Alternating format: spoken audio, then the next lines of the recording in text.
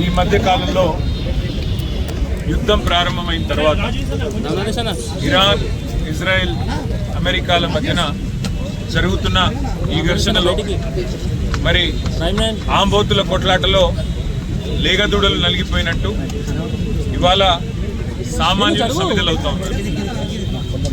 మన భారతదేశంలో ఇవాళ ఒకటి కాదు, రెండు కాదు, దేశవ్యాప్తంగా సామాన్య మధ్యతరగతి ప్రజలు, ముఖ్యంగా దిగువ మధ్యతరగతి ప్రజలు ఈ ఉజాలా పథకం అని పెట్టి మరి సిలిండర్లు ఇంటింటికి ఇస్తున్నామని చెప్పి కేంద్ర ప్రభుత్వం ఏదైతే గతంలో స్కీమ్ తెచ్చిందో దానికి అనుగుణంగా దాదాపుగా చాలా పెద్ద ఎత్తున సిలిండర్లు తీసుకున్నారు. అట్లాగే మన రాష్ట్రంలో కూడా కాంగ్రెస్ ప్రభుత్వం మరి మేము 500 రూపాయలకే సిలిండర్ ఇస్తామని చెప్పి నమ్మబలికి ఇవాళ వారు కూడా ఎన్నికల మేనిఫెస్టోలో ఇచ్చిన మాట నమ్మి కూడా లేని వాళ్ళు కూడా తీసుకునే పరిస్థితి.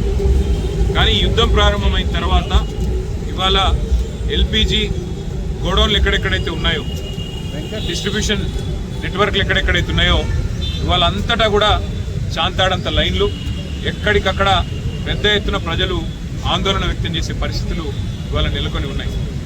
ఒకవైపు కేంద్ర ప్రభుత్వం ఏమో పార్లమెంట్లో అడిగినా, పార్లమెంట్లో మాట్లాడినా, బయట మాట్లాడినా ఏ కొరత లేదు, మేము చూసుకుంటున్నాము, మేము మేనేజ్ చేస్తాము అని వారు చెప్తా ఉన్నారు, నమ్మబలుపుతా ఉన్నారు.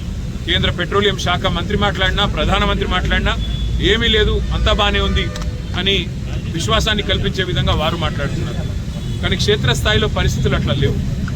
వాళ్ళ ఏ గోడౌన్ కాడికి పైన భారీ క్యూ లైన్లు, భారీగా ప్రజలు ఆందోళనలో ఉన్నారు. రాష్ట్ర ప్రభుత్వం ఏమో కేంద్రం సహకరించట్లేదు, సప్లై లేదు, ఇబ్బంది ఉంది, కేంద్రం ఏమీ చేయలేకపోతే మేమేం చేస్తాము, పెట్రోలియం శాఖ మరి కేంద్ర ప్రభుత్వ ఆధీనంలో ఉంటుందని చెప్పి రాష్ట్ర ప్రభుత్వం తప్పించుకునే ప్రయత్నం చేస్తూ ఉంది. మాకున్న విశ్వసనీయమైన సమాచారం ఏంటి అంటే కేంద్ర ప్రభుత్వం కూడా ఈ 4-5 రాష్ట్రాల్లో ఏవైతే ఎన్నికలు ఉన్నాయో అప్పటిదాకా ఆగి మే 4 తర్వాత మరి సిలిండరు సైజును కూడా తగ్గించే ప్రయత్నం చేస్తూ ఉన్నారు అనేది మాకున్న విశ్వసనీయమైన సమాచారం. 12 కిలోలు కాకుండా 10 కిలోలు ఏదో చేయాలి అని ఒక ఆలోచన చేస్తూ ఉన్నారు. లేదు, నిజంగానే సప్లై లేదు, ఇబ్బంది అవుతుందని చెప్పి చెప్తా ఉన్నారు. కానీ నిజానికి ప్రజలకు వాస్తవాలు తెలియనీయకుండా, ప్రజలకు వాస్తవాలు చెప్పకుండా మభ్యపెట్టి, ఇబ్బంది పెట్టి సామాన్య మధ్యతరగతి ప్రజలను రెండు ప్రభుత్వాలు కలిపి మోసపుచ్చుకుంటా ఉన్నాయి. అటు కేంద్రము, ఇటు రాష్ట్రము ఇద్దరు కూడా ఈ విషయంలో స్పష్టమైన సమాధానం చెప్పాలి, ప్రజల్లో విశ్వాసం నింపాలి, ప్రజల్లో ఒక భరోసా నింపి ఏ రకమైన ఇబ్బంది కాకుండా అవసరమైతే మరి వారికి ఉండే దౌత్య వ్యవహారాల శాఖ ద్వారా మరి అవసరమైతే ఇతర దేశాలతో మాట్లాడి, ఇరాన్లో ఇబ్బంది ఉంటే మరో చోట మాట్లాడి తెప్పించాలని మేము డిమాండ్ చేస్తూ ఉన్నాం. ముఖ్యంగా సామాన్య మధ్యతరగతి ప్రజలు, ఇందాక నేను చెప్పినట్టు ఆంబోతుల కొట్లాటలో లేగలు బలైనట్టు సామాన్య మధ్యతరగతి ప్రజలు ఇవాళ ఇబ్బంది పడుతూ ఉన్నారు. దేశవ్యాప్తంగా, రాష్ట్ర వ్యాప్తంగా తీవ్ర ఆందోళనలు ఉన్నాయి. అంతేందుకు మా ఇంట్లో, అక్కడ ఇక్కడ చెప్పేది కూడా కాదు, మా ఇంట్లో నా వైఫే అడిగింది, యుద్ధంతో ఇంకా సిలిండర్లు దొరకవంట కదా, తెప్పించుకోవాలంట కదా అని చెప్పి అడిగే పరిస్థితి. అంటే ఇవాళ ప్రతి ఇంట్లో ఇది ఒక చర్చగా మారిపోయింది, చర్చనీయాంశంగా మారిపోయింది.